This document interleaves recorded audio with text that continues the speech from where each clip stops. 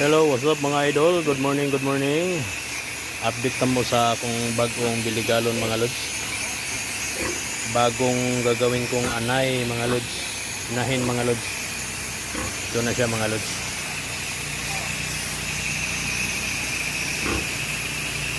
So, yan po ay naiay na po yung isa lods. Yung mga bake natin dun mga lods. So ay naiay na po ito mga lods. Antay na lang tayo ng 25 days mga lods. Kung okay ba yung pag-iay niya mga lods. Yan po ang update natin sa bagong walay natin mga lods. Update sa ating bagong walay mga lods. Sila po ay nasa 45 days na po ngayon.